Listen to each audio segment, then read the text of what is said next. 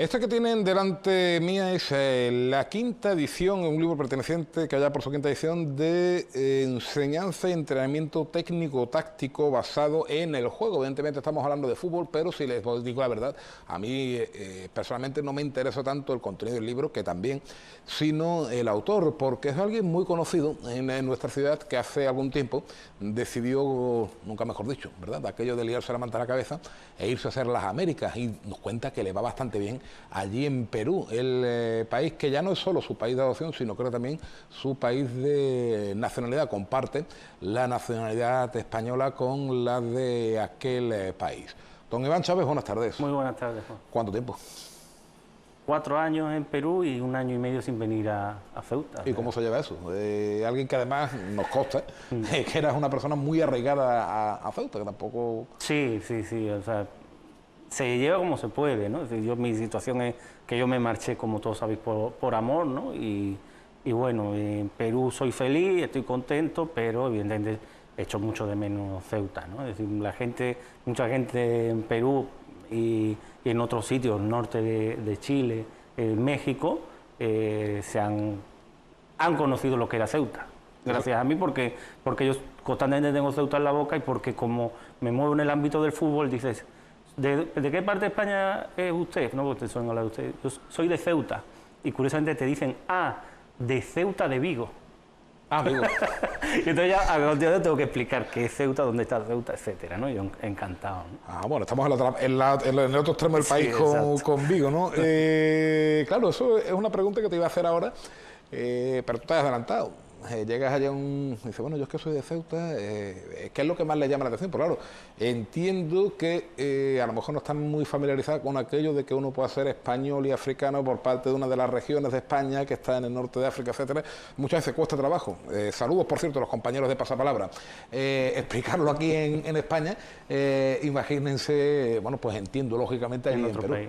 Sí, no, es decir, lo que pasa es que normalmente yo ya he buscado la forma más sencilla de explicarlo. Es decir, casi todo el mundo conoce las Islas Canarias. Sí. Y las Islas Canarias están más al sur, evidentemente, que Ceuta y que Melilla, siendo islas, pero evidentemente, en cuanto a territorio, sí podríamos decir que también están en África, ¿no? Entonces siempre digo lo mismo, las Islas Canarias, Ceuta y Melilla son regiones españolas que se encuentran en África. Normalmente mucha gente el Estrecho de Gibraltar sí lo ubican, y entonces pues así sí puedo ir haciendo, ¿no?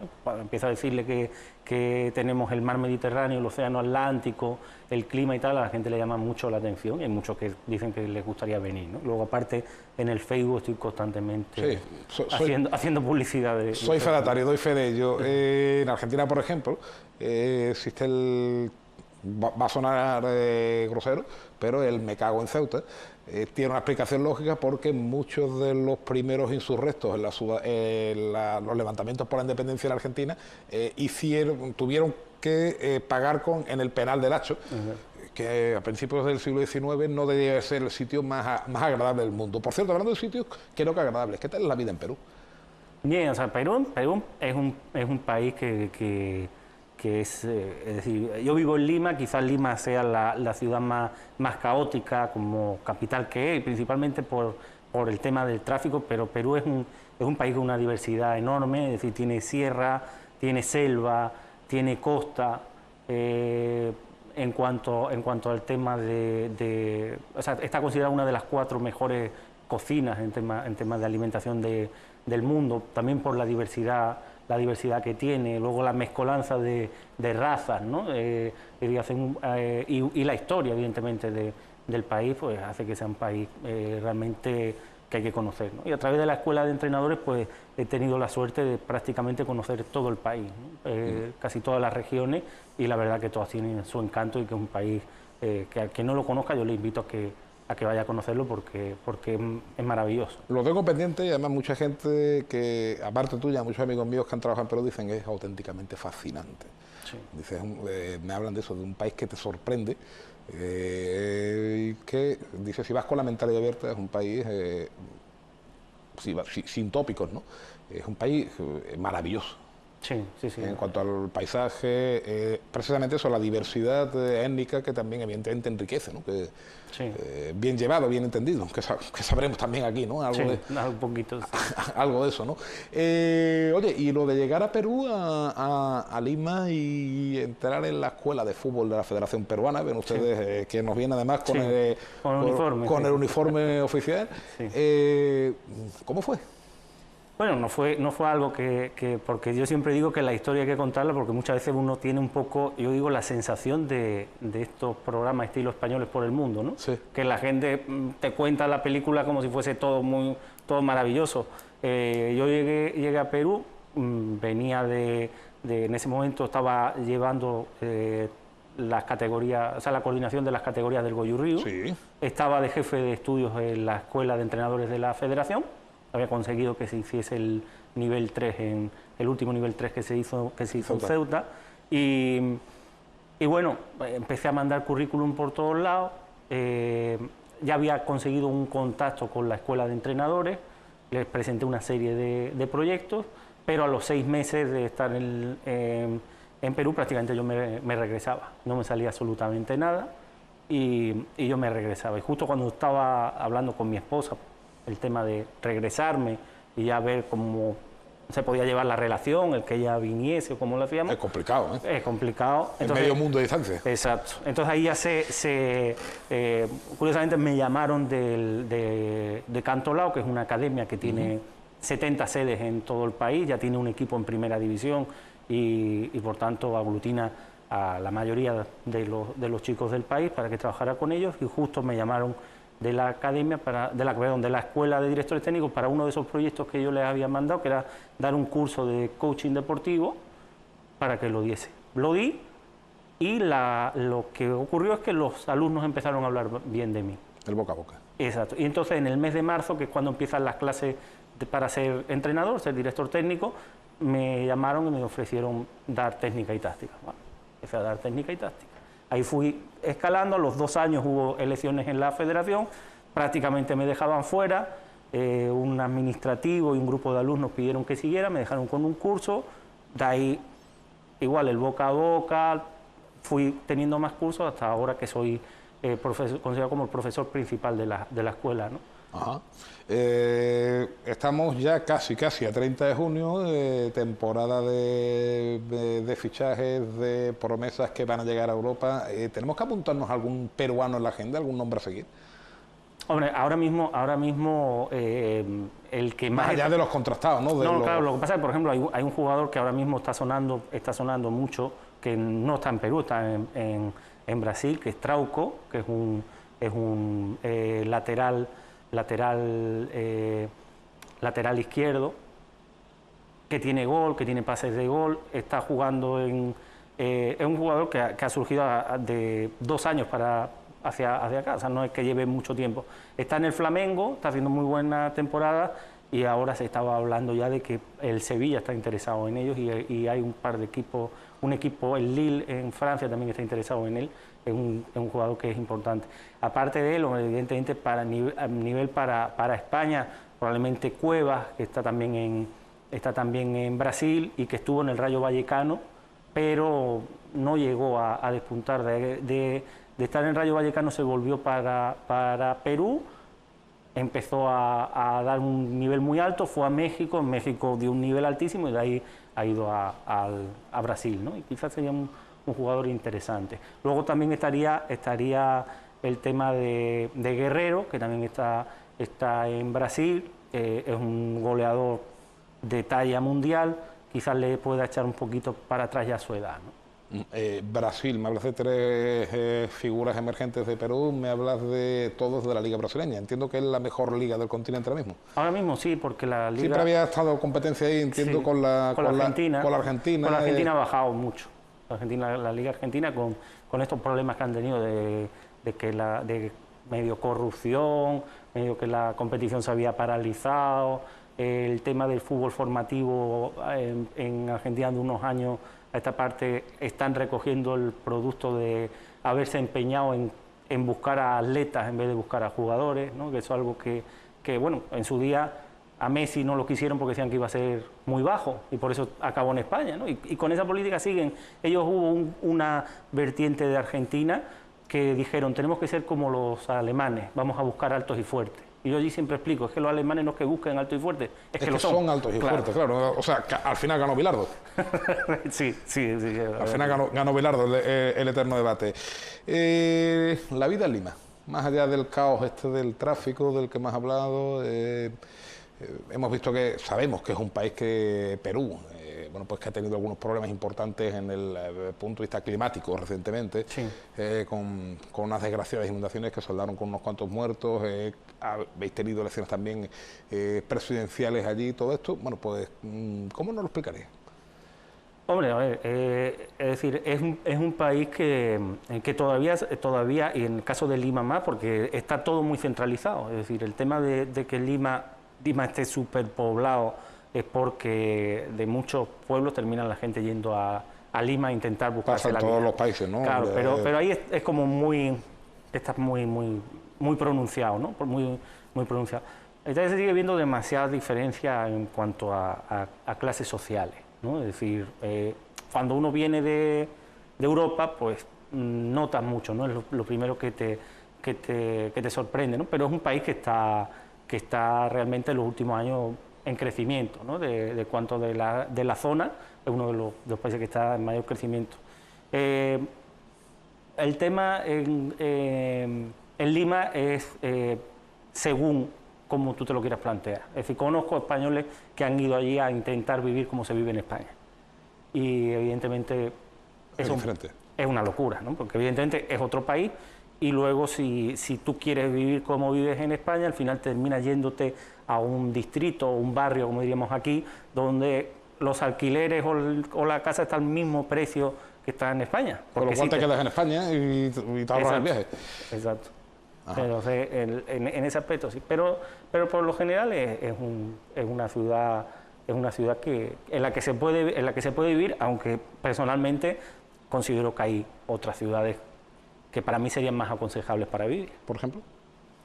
Por ejemplo, a mí me gusta mucho Tacna, que está al sur y que me recuerda mucho a Ceuta. Sí, lo has comentado en alguna ocasión. Lo he comentado en alguna ocasión en el Facebook porque es una ciudad fronteriza. Se ve ese movimiento que se veía aquí en Ceuta en los años 80, principios de los 90, ese movimiento comercial. Van gente principalmente de Chile a comprar a Tacna. Entonces, siempre vi a Tacna, me recuerda a la Ceuta de mi niñez, los 80, ¿no? Claro. Y luego también el norte, ¿no? Lo que es Chiclayo, Piura, Tumbes, son regiones que a mí me agradan. Conoces prácticamente todo Perú, pero es un país vastísimo, creo que es más grande que España, ¿no? Sí, son como casi 3 veces y media España. Como 3 veces y media España, sí. Es decir, no piensan que siempre solemos tener, a veces en nuestro cortofrentismo, vamos a decirlo así, ¿no? Aquello de pensar que en Perú está todo al lado, que aquí, y no, es decir, conoces todo Perú prácticamente, me decías, que no es fácil, evidentemente, porque estamos hablando de un país que triplica la superficie de España y muchos contrastes, me decías. ¿Qué es lo que más te llama la atención en ese sentido, en el terreno de los contrastes? No, a mí lo que más me ha podido llamar la atención por falta de costumbre es el tema de la altura, ¿no? Es decir, bueno, ¿qué tal? El que te vaya a una ciudad y estés a 3.900 metros de altura, como hace 3 semanas en Puno, que es donde está el lago Titicaca, y estar tú en Lima, que está a nivel del mar, un avión, una hora y cuarto, y te plantas a 3.900 metros de altura y te pega esa cosa de que notas que te falta el oxígeno, ¿no? Es decir, que te cuesta respirar. Bueno, tengan en cuenta que evidentemente no es Perú, pero sí era Bolivia la capital más alta del mundo, una de las altas. Exacto. Hasta el punto de que la propia FIFA se planteó y creo que llegó a prohibir jugar partidos de alta competición en La Paz porque directamente, claro, los que no estaban acostumbrados a aquello, pues lo pasaban bastante mal. Bueno, antes de que me invites a Paco Umbral, sé que también has venido a hablar de tu libro. Cuéntame, ¿qué hay ahí? Bueno, el libro está escrito en Perú. O sea, lo empecé a escribir con las cosas que yo he ido enseñando allí, viendo el contraste de realidades futbolísticas, y yo veía muchas cosas que aquí las daba como que estaban, y cuando llegué a Perú me di cuenta que no. Luego también colaboraba con algunas webs especializadas de aquí de España y en contacto con la editorial MC Sport me preguntaron si estaba interesado en publicar un libro, les dije que sí. Es un poco mi forma de entender cómo se debe de enseñar el fútbol, es decir, porque nos hemos basado durante mucho tiempo en que hay que dejarse la piel en el campo, hay que luchar, hay que pelear, ¿no? Todos esos tópicos que se dicen, pero no se le explica al jugador en qué consiste el juego y muchas veces ni los entrenadores sabemos en qué consiste el juego, es decir, porque es un juego que se ha pervertido, porque se ha convertido en un negocio, sí, bueno, pero sigue siendo un juego donde según la zona donde esté el balón, según lo que haga el rival, según las características de mis jugadores, podrá hacer una cosa u otra, ¿no? Entonces,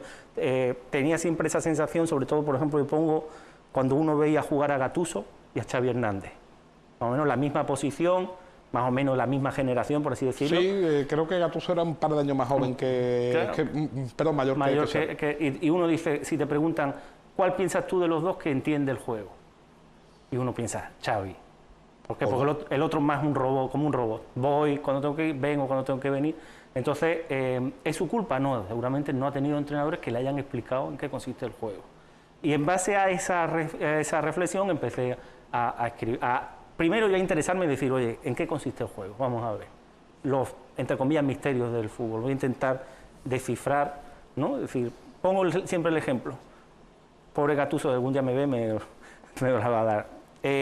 A Gattuso además le ha pasado algo, perdona, curioso, que es que su equipo ha perdido la categoría, él está entrenando, y era el equipo menos goleado, había estado no sé cuántos partidos sin perder, una auténtica bestialidad, sí, pero no metía ningún gol ni al arco iris, con lo cual su equipo, que estaba entrenando creo que en la segunda italiana, ha terminado perdiendo la categoría, pero además con muy pocos partidos perdidos, claro, pero el resto eran 19 partidos, han sido 15 empates a cero. Claro.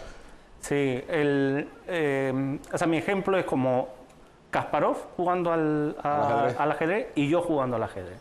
Yo sé mover las fichas. Kasparov sabe jugar. Exacto. Entonces ese es el tema, el intentar que entrenemos o enseñemos al jugador a que entienda el juego y que juegue al fútbol, no que juegue a la pelota, ¿no? Por así decirlo, que haga como un robot lo que nosotros le decimos. Entonces, en eso estaba basado el libro. Iba a salir supuestamente en noviembre del año 2015. Yo iba a venir en diciembre, se iba a hacer la presentación, pero por un problema de imprenta salió en febrero del 2016 y entonces hasta ahora no se ha podido hacer la presentación y ya va por la quinta edición. Aquí en este programa los lunes solemos tener, ya terminado por cierto, un par de días, en estos días vamos a sortear el abono de la próxima temporada de la agrupación deportiva Ceuta, un programa que se llama Las Dos Españas. Siempre tenemos a una España madridista, una España barcelonista y solemos traer a algún invitado conocido para que nos diga a cuál de las dos milita. ¿Perú es madridista o es barcelonista? Yo considero que está dividida. O sea, considero que está dividida como la mayoría como España también, podríamos decir. Es decir, te encuentras a gente que es del Madrid, te encuentras a gente que es del Barcelona, ¿no? Y también va por épocas. Hay gente que te dice, yo me hice del Madrid cuando los Galácticos. Claro. ¿No? Hay gente un poco más mayor que dice, yo me hice del Barcelona cuando el Barcelona de Romario, de Laudrup. Exacto, entonces va un poco por moda. Y ahora pues gana el Madrid la Copa de Europa, salen todos los medios, entonces pues los niños quieren ser como Cristiano Ronaldo, ¿no? Es un poco así. Pero sí se ve que hay un sector que es del Madrid y un sector que es del Sergio Ramos creo que ha estado en Perú hace poco, ¿no? Ha estado hace poco, sí, la gente la verdad que lo ha agradecido, ha estado en la zona de Piura, que es una de las zonas más afectadas por las inundaciones, y ha estado allí viendo el trabajo que está haciendo UNICEF, que es un trabajo, la verdad, que es para quitarse el sombrero, ¿no? Cuando llegué a Perú me hice socio de UNICEF Perú, porque evidentemente hay mucha pobreza que se nota, sobre todo que los más lo sufren son los niños, ¿no? Y en las zonas más rurales sobre todo. Bueno, pues te voy a decir una cosa. Eres la segunda persona de nacionalidad peruana, bueno, creo que alguna vez, pero en los últimos tiempos, la segunda persona de nacionalidad peruana con la que he hablado. Y además los dos compartís una vertiente, que sois los dos hispanos-peruanos. Lo que pasa es que él tiene un Nobel y tú no. Bueno. a Mario Vargas Llosa, que estuvo por aquí hace 2-3 años. Sí. Y bueno, en ese caso un proceso a la inversa al tuyo, ¿no? Él vino de Perú a España y al final pues terminó siendo premio convivencia de Ceuta. Y Y bueno, es un país del que, insisto, todo el mundo me dice alguna vez, si tienes ocasión, si Sí. puedes, aunque sean 12 horas de vuelo entre Lima y el aeropuerto de Barajas, merece la pena. Así que me la apunto. Otra cosa es que, bueno, podamos o no cruzar el charco, pero... No, tú sabes que si va, está invitado y lo que haga falta. Hombre, yo con respecto a Vargas Llosa, no creo que por este libro me hayan ganado un Nobel. Bueno, pero a lo mejor tú ganas un mundial, ¿no? Bueno, ojalá.